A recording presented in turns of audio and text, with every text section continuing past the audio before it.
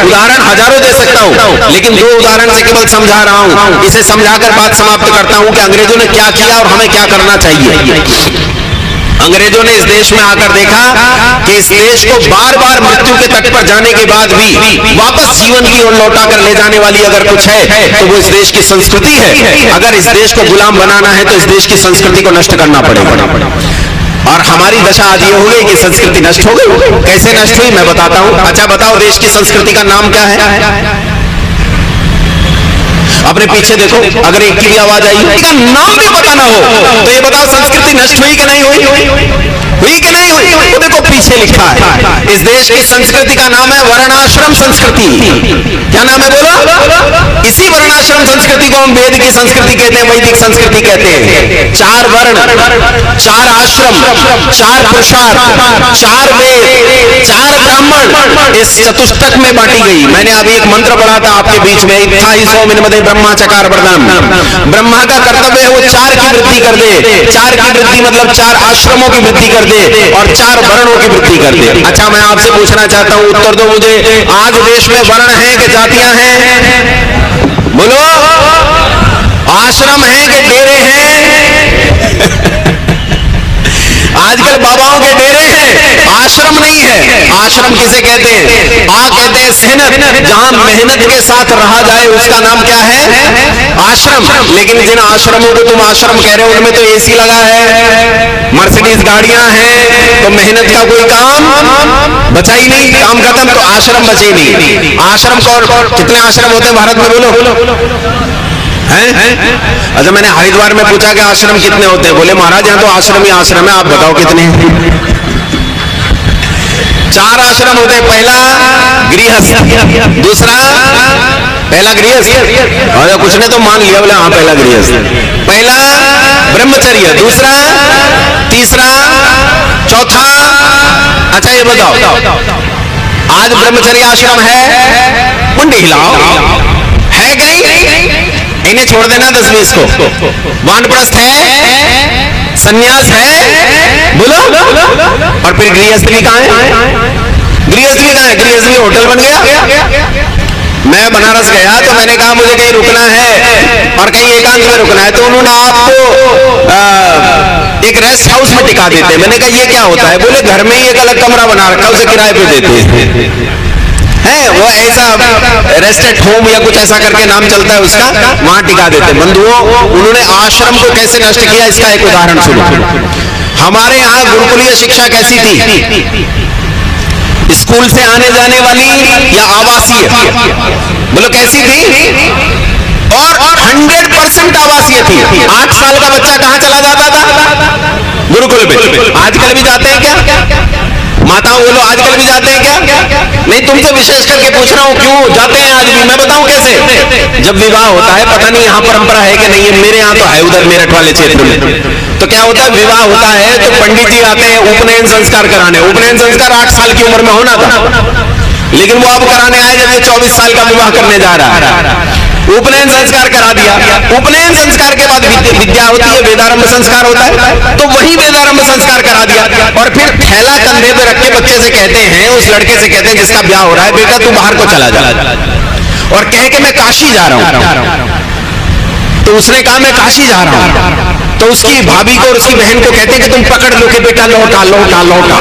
वो हाथ पकड़ लेते, बेटा लौटा लौटा लौटा, और फिर बुला लेते हैं और फिर समावर्तन संस्कार कर देते हैं। समावर्तन संस्कार तब होता है जब विद्या पूरी हो जाए। तो देखो 5 मिनट में 25 साल का काम पूरा।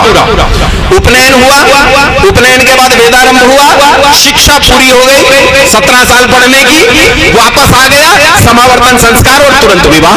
क्या बढ़िया पंडित जी, क्या कमाल के पंडित जी, सारा काम 2 मिनट में खत्म, कुछ भी बचा नहीं। बंधुओं, हमारे यहाँ पूरी तरह आवासीय शिक्षा थी और बच्चे गुरुकुल में रहकर पढ़ते थे। और गुरुकुल में जब 8 साल का बच्चा पढ़ने चला गया तो लौट कर कब आएगा? 25 साल का जब हो जाए कम से कम तब आएगा। लेकिन अभी तो ऐसा नहीं है। ये इनका अपने देवेंद्र जी का लड़का पढ़ता है गुरुकुल में, वो तो मेरे ही साथ आ गया, हर साल आ जाते हैं घर में पढ़ने। तो जो आवासीय शिक्षा है उसमें भी लोचा, आवासीय शिक्षा में भी लोचा है। लेकिन उस समय आवासीय शिक्षा का मतलब था 8 साल का चला गया, जब बड़ा होकर आएगा तो माता पिता इसलिए पहचानते हैं क्योंकि बीच बीच में गुरुकुल गए थे, वरना पहचानना भी भूल जाए कि यही हमारा बेटा है, ये भी ना पहचान पाए इतने दिन में। और बंधुओं, वो बालक गुरुकुल में रहता था, समाज से उसका कोई संबंध नहीं था। अच्छा बताओ, जो बच्चा गुरुकुल में चला गया 17 साल बाद लौट कर आएगा, मोबाइल से कोई मतलब, गंदी फिल्मों से कोई मतलब, गंदे चित्रों से कोई मतलब नहीं है। अच्छा, समाज के झगड़ों से कोई मतलब, देवरानी जेठानी के झगड़े से, माँ के और ताई के और सास के झगड़े से कोई लेना देना नहीं, भाई भाई के बंटवारे से कोई लेना देना नहीं, समाज के किसी विषाद से कोई लेना देना नहीं, वो वहां जाकर पढ़ेगा। बात समझ में आई? घर में कौन रह गया? गृहस्थ। अब ये गृहस्थ जैसे ही हुआ 50 साल का, तो ये कहां चला जाएगा? ये भी वानप्रस्थ लेगा और पीले कपड़े लेकर चला जाएगा गुरुकुल में और जाकर निधिध्यासन करेगा, मोक्ष की तैयारी करेगा। और फिर जब ये 75 साल का हो जाएगा तो क्या ले लेगा? संन्यास। ये गुरुकुल भी छोड़ देगा, एक रात्रि से अधिक शयन नहीं करेगा कहीं, और लगातार घूमता फिरता मोक्ष की यात्रा के लिए टहलता रहेगा। ये 4 आश्रम तब थे जब गुरुकुल में छात्र रहता था। अब छात्र कहाँ रहता है? बोल पड़ो। मम्मी की गोद में। कहां रहता है? माँ तो रही नहीं, क्या बन गई? मम्मी। पिताजी क्या बन गए? डैडू। पिताजी बन गए डैडू और माँ बन गई मम्मी। मम्मी भी नहीं बनी, मॉम। मॉम से आगे मम्स। अब मम्स भी नहीं रही। दिल्ली विल्ली जाओगे तो कहते हे बड़ी, हाउस यू, बड़ी हो गई। बड़ी बोलते BUDDY, बड़ी। वो डैडी है बड़ी। ये माँ बाप बन गए, और माँ बाप जब ऐसे बन गए तो बच्चा हो गया घर में। और घर में बच्चे को कैसे बनाते हैं? एक छोटा सा विश्लेषण करके देखो। गुरुकुल में बच्चा 3:40 पर उठ जाता है, बिस्तर छोड़ देता है। 3:40 पर उठकर अपना शौच दंत धावन आदि करने के बाद खेल के मैदान में आ जाता है, घंटों वो व्यायाम करता है। व्यायाम करने के बाद स्नान करता है। भयानक ठंडी में जब तुम 2-2 रजाई में कांपते रहते हो ना, वो 5 बजे पानी के नीचे, ठंडे पानी में ट्यूबवेल के नीचे नहाता है। जबरदस्ती खींचना पड़ता है। अरे पूरा हो गया तेरा स्नान, यज्ञ भी करना है, चल। फिर यज्ञ में जाता है संध्या में। बच्चे 80 हैं और बैठने की जगह थोड़ी है। यज्ञ के पास बैठने का चाव रहता है तो लड़कर जगह मिलेगी। बालक लड़ना सीखता, संघर्ष सीखता।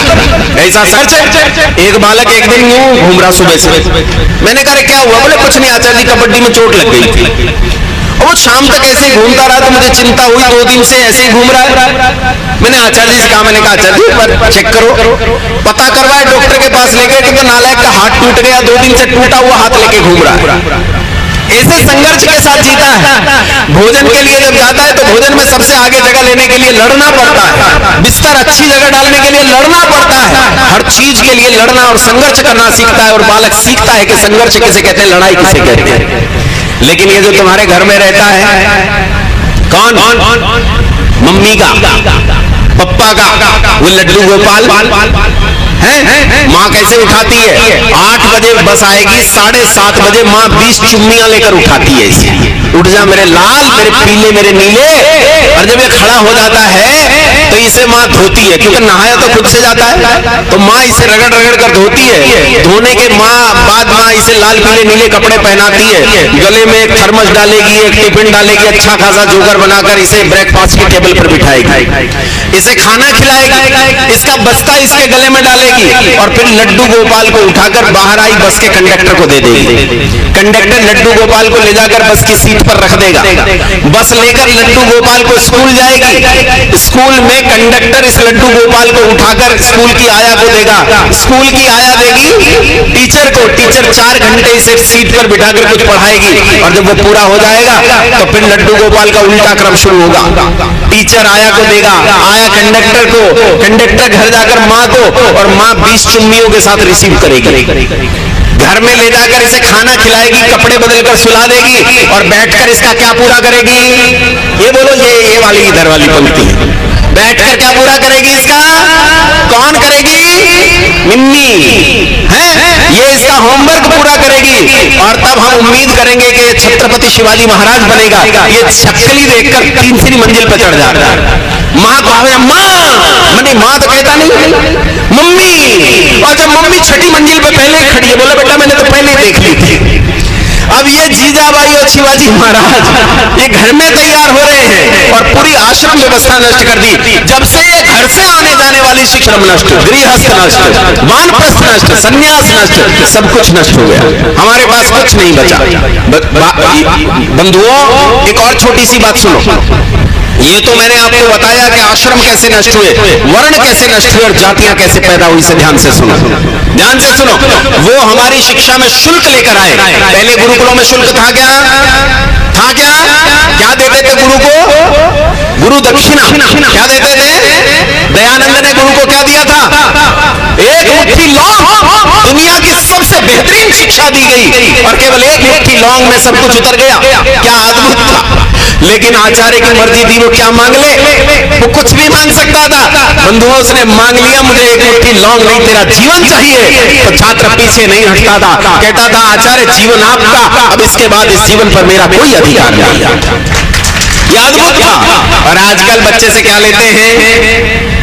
फीस। क्या बेचते हैं? किताबें, कॉपियां, पुस्तकें बेचते हैं, बस्ते बेचते हैं, पेंसिलें बेचते हैं, हर चीज बेचते हैं। दुकानदार वो ग्राहक। समझ में आई बात? और वो जब वहां रहकर पढ़ता है तो शुल्क आ जाने का परिणाम ये है कि महंगा आदमी अपने बच्चों को कैसे स्कूल में भेजेगा? महंगे स्कूल में। और घसीटू कहां भेजेगा? घसीटू भेजेगा खिचड़ी स्कूल में, सरकारी स्कूल में। दोनों की शिक्षा में अंतर आया कि नहीं आया? आप बता, शाहरुख खान का लड़का कहां पढ़ेगा? रियान इंटरनेशनल स्कूल में। और रड़कू और घसीटू का लड़का वो खिचड़ी स्कूल में। और सरकार ने काम किया, बोले कोई फेल नहीं होगा, ग्रेड दे देंगे बस, सब पास, कॉपी कोरी छोड़ाओ, सब पास। अच्छा, जो बच्चा खिचड़ी स्कूल में पढ़ा और जो बेस्ट फैकल्टी में पढ़कर बड़ा हुआ, ये बताओ दोनों की शिक्षा में अंतर होगा कि नहीं? मुंडी हिलाओ भाई, शिक्षा में अंतर होगा। अच्छा, शिक्षा में अंतर होगा तो बोलो उन्हें अवसर भी समान उपलब्ध होंगे कि अवसरों में अंतर होगा? अवसरों में अंतर होगा।